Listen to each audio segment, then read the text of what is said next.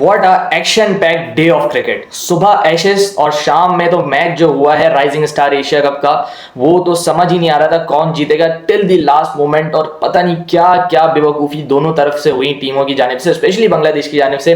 सो दोनों के ऊपर बात करेंगे। एशेज में तो एक स्पाइसी विकेट पे पहला डे करवाया गया एंड वहां पे 19 विकेट्स, बॉलर्स, फास्ट बॉलर्स के मजे लग गए उस विकेट के ऊपर and Mitchell Starc claim a 7 wicket haul. इसके अलावा पहले ओवर में वापस विकेट एशेज के, वो रॉरी बर्न्स वाला सीन वापस से क्रिएट किया। That was iconic. पहली बॉल पे आउट कर दिया था, बट इस दफा पहले ओवर में प्रॉपर सेटअप के साथ जैक क्रॉली की स्लिप लगवाई एंड देन उसके बाद England after been bundle out for a mediocre total come back करती है एंड ऑस्ट्रेलिया के 123 फॉर 9 डाउन करके इस डे को एंड करती है। दोनों गेम्स के ऊपर बात करेंगे। इसके अलावा बात करेंगे हम लोग पीएसएल के करंट टॉपिक्स के ऊपर जो भी चल रहे हैं, टीम मैनेजमेंट्स के ऊपर बात करेंगे एंड पीएसएल की 2 नई फ्रेंचाइजेस के क्या नाम होंगे और क्या उनका प्रोसेस है उसके ऊपर भी डिस्कशन हम लोग इसी वीडियो के अंदर करेंगे। एशेज से बात शुरू करते हैं। So green top, proper green top, जो कि आप ऑस्ट्रेलिया के अंदर एक्सपेक्ट भी करते हो एंड इंग्लैंड की वो अप्रोच को काउंटर करने के लिए ऐसी कंडीशंस बहुत ज़्यादा सूट करती हैं। या तो आप रैंक टर्नर्स बना दें या तो फिर आप पेसी कंडीशंस बनाएं, क्योंकि इंग्लैंड भी आप एट होम देखो तो वो अब बिल्कुल फ्लैट विकेट्स बना रहे हैं ताकि उनका जो फॉर्मूला है ऑफ द बेस बॉल वो कंटिन्यू रहे किसी तरीके से। सो ऑस्ट्रेलिया ने उसके काउंटर में बनाई एक स्पाइसी विकेट, ग्रीन टॉप बनाया एंड बाकी काम किया मिचेल स्टार्क एंड उनकी बॉलिंग लाइनअप ने। और हर क्रिकेट फैन को एक बात पता है कि प्लेयर को अगर आपने जज करना है तो उसकी परफॉर्मेंसेस के साथ साथ उसकी लॉन्जेटिविटी पे भी बात करनी होगी। और मिचेल स्टार्क की ये जो ब्रिलियंस है, ये 1 साल से नहीं, 2 साल से नहीं, 3 साल से नहीं, बल्कि पिछले 10 सालों से है। Steps up when the team requires the most, it steps up when the stage is biggest। हमेशा से मिचेल स्टार्क का ये फंडा रहा है, टेस्ट क्रिकेट को प्रायोरिटी देना, कंट्री को प्रायोरिटी देना, लीग्स को सेकेंडरी रखना, टेस्ट क्रिकेट के लिए T20I छोड़ना, ODI क्रिकेट छोड़ना एंड उसको उस वजह से उस लेगेसी वाला मकाम मिला है और उसकी परफॉर्मेंसेस वो जस्टिफाई भी करती हैं उसके डिसीजंस को। क्या ज़बरदस्त बॉलर है मिचेल स्टार्क एंड ऐसी विकेट्स के ऊपर उसके पेस के साथ जो वो आज बॉलिंग कर रहे थे। यूजुअली स्टार्क का पेस जो है वो 2017 के बाद से थोड़ा डाउन गया था, 135 to 140 करते थे रेगुलरली, बट आज के दिन एक बॉल, पहले स्पेल के अंदर एक बॉल भी नहीं था स्लो 140 से। So this is the sign of a goat, this is a sign of a world class bowler. जो उसकी कंसिस्टेंसी है वो बहुत शानदार है and he is always there for Australia whenever the team requires him. So उसने जबरदस्त bowling की, उसके बाद जो स्पेल लगाया बेन स्टोक्स ने इन द कमबैक वो बहुत शानदार था। 5 विकेट्स नहीं, जान मार रहे थे पूरी, विकेट के अंदर बहुत कुछ था, सिर्फ और सिर्फ आगे बॉलिंग करनी थी जगह पे एंड वही इंग्लिश बॉलर्स ने किया। 5 wickets for Ben Stokes. Jofra Archer ने जबरदस्त स्पेल डाला, although he picked up only a wicket, but 8 over में 9 रन दिए हुए थे उसने। सो मतलब आप देख सकते हैं कि एक बहुत ज्यादा disciplined spell from Stokes as well as Archer and बाकी सारे बॉलर्स ने भी उसको कंटिन्यू किया। तभी इस वक्त मैं समझता हूं कि इंग्लैंड थोड़ा सा ऊपर है आज के दिन पे। सो ये एशेस का खुलासा हम लोगों ने किया है एंड डे 2 बहुत ज्यादा एक्साइटिंग होगा। आई विल रिक्वेस्ट एवरीवन कि यार ये एशेस जरूर देखें, क्योंकि ये एशेस से टेस्ट क्रिकेट के लिए बहुत कुछ हो सकता है एंड वो क्या हो सकता है उसके ऊपर भी डिस्कशन करेंगे कभी बाद में। लेकिन एशेस देखना बहुत ज़्यादा ज़रूरी है। एक तो प्योर क्रिकेटिंग आपको चीज़ें दिखेंगी, इसके अलावा टेस्ट क्रिकेट बच भी सकती है अगर इस एशेस पे अच्छी व्यूअरशिप ऑस्ट्रेलियन क्रिकेट बोर्ड को मिलती है तो। एनीवेज, उसके बाद बात करते हैं शाम वाले मैच की एंड वो शाम वाला मैच नर्व रैकलिंग मैच।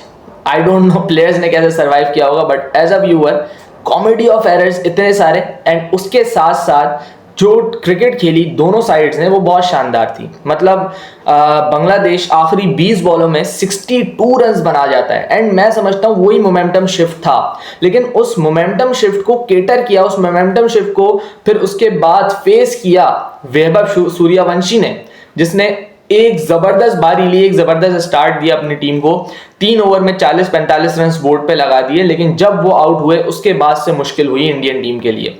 और मुझे एक बात समझ नहीं आती है, Bangladesh cricket in the junior cricket is fantastic. उनकी परफॉर्मेंसेज आप देखें, भले बड़ी से बड़ी टीम हो, वो ज़बरदस्त परफॉर्मेंस देते हैं। वर्ल्ड कप चैंपियन है 2020 के, उसके बाद एशिया कप में भी ज़बरदस्त परफॉर्मेंस की, एशिया कप भी जीते हैं। अंडर 19 के जो उनके लड़के आते हैं स्पेशली स्पिनर्स एंड बैटर्स, वो बहुत अच्छे होते हैं। लेकिन आई डोंट नो जब सीनियर लेवल पे आते हैं सो उस तरीके से उन परफॉर्मेंसेस को कन्वर्ट क्यों नहीं कर पाते हैं। ये वही अकबर अली कैप्टन है जिन्होंने बांग्लादेश को 2020 का अंडर 19 वर्ल्ड कप जिताया था, एंड आज इन्होंने अपनी टीम को फाइनल के लिए भी क्वालिफाई करवा दिया। राइजिंग स्टार एशिया कप के पहली दफा होगा कि बांग्लादेश ये फाइनल खेले, and most probably they look a fantastic side. हरा भी सकते हैं, भले श्रीलंका भले पाकिस्तान कोई भी है, they have the capability, they have the lineup, और वो पैशन सब कुछ है बांग्लादेश के पास at the junior level. International level पे या स्टैंडर्ड हम लोग देखें बांग्लादेश क्रिकेट का, सो हम कह सकते हैं कि वो जो टीम है वो एवर राइजिंग टीम है। 2015-2016 में आप चले जाएं, आप बोल रहे थे बांग्लादेश इज राइजिंग,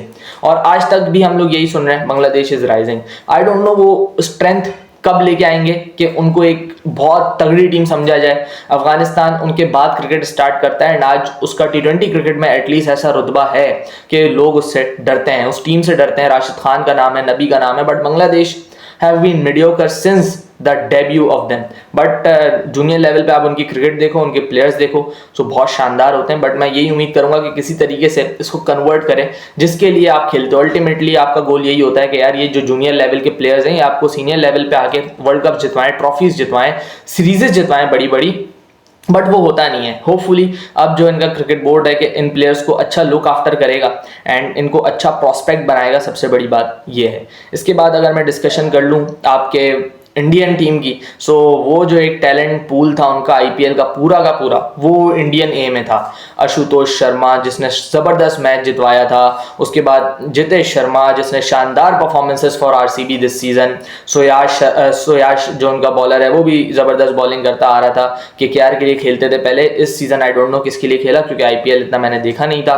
उसके बाद भी आप देख लें निहाल वडेरा कंसिस्टेंट परफॉर्मर है इन आईपीएल। उसके बाद प्रियांश आर्या सेंचुरी थी इस साल पंजाब के लिए उनकी। वैभव सूर्यवंशी उसने फिर भी थोड़ा सा परफॉर्म किया है इस टूर्नामेंट के अंदर, and he was the lone performer I guess जिसने अच्छी परफॉर्मेंसेस दी हैं फॉर इंडिया। रमनदीप और उसके बाद नमनधीर, सो ये सारे के सारे वो लड़के हैं जिनके बड़े बड़े नाम और इनके पास मेरे ख्याल से सबसे ज्यादा एक्सपोजर था इस टूर्नामेंट में। अगर आप टीम्स देखें ना, सबसे ज्यादा एक्सपोजर, एक्सपीरियंस एंड टैलेंट वाली टीम आपको ऑन पेपर इंडिया की दिखेगी। सारे के सारे वो लड़के हैं जो आईपीएल में बड़े बड़े स्टार्स, मेगा स्टार्स के साथ खेल चुके हैं, बट उस तरीके से परफॉर्मेंसेस डिलीवर नहीं कर पाए। ओमान के खिलाफ भी जो मैच हुआ that went to the wire, और वो मैच एक मोमेंट पे ओमान बड़ा इन था उस मैच के, जो हर्ष दुबे ने इनिंग्स खेली उसकी वजह से इंडिया बच गया, बट वो मैच भी अच्छा हुआ। So they were only able to beat 2 teams and those 2 teams were UAE and Oman. Bangladesh ने भी हराया एंड पाकिस्तान ने तो खैर करीब भी आने नहीं दिया। सो इंडिया के लिए काफ़ी ज़्यादा चीज़ें हैं सोचने की कि अपनी चीज़ों को कैसे लेके चलेंगे। राइजिंग स्टार्ट कर आई डोंट नो एशिया कप इतना मायने रखता है या नहीं रखता, बिकॉज अल्टीमेटली आपका ये गोल होता है कि यार जो भी लड़के इसमें खेल रहे हैं ना उनको एक्सपोजर मिले, उनको इंटरनेशनल लेवल का एटलीस्ट वो मिले कि यार हम लोगों के ऊपर अगर प्रेशर पड़ता है इंटरनेशनल पे तो हम लोग कैसे कम बैक करेंगे। एंड इंडिया का हमेशा से यही रहा है फंडा, उनकी जो पॉलिसी है 19 की, कि एक दफ़ा जो लड़का 19 का वर्ल्ड कप खेल लेगा अगले साल वो लड़का नहीं दिखेगा आपको 19 के अंदर, because they have to prepare players. And मुझे पता है कि ये सारे के सारे लड़के जाएंगे उस सिस्टम से गुजरेंगे, and one day when they will be playing for India they all will be different players. लेकिन इस दफ़ा कुछ इम्पैक्ट डाल नहीं पाए, बट स्टिल परफॉर्मेंसेज और टैलेंट के हिसाब से जो पूल था वो बहुत बड़ा पूल था। डिसअपॉइंटेड होगी बीसीसीआई भी, डिसअपॉइंटेड होगा जितेश शर्मा भी कि अपनी इस टीम से वो परफॉर्मेंसेस नहीं निकलवा पाया, वरना on paper this team looked solid to win this tournament.